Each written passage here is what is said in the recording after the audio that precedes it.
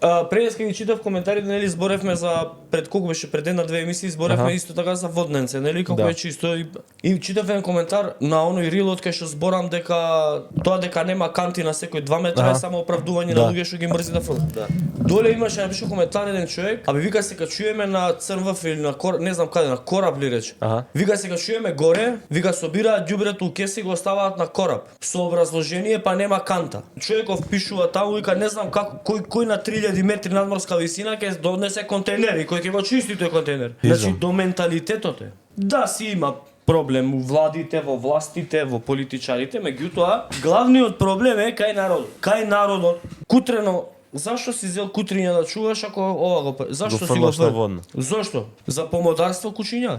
Не ве разбирам. Што изиграат нешто да не се прави? Како да не се прави? Таму кај што има направено нешто е чисто.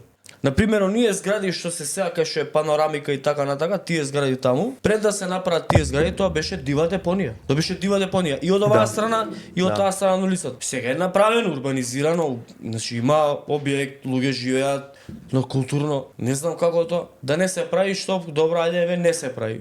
И што ако не се прави? Ѓубре до колена. Не верам. Вајде и дома ви е така, не знам.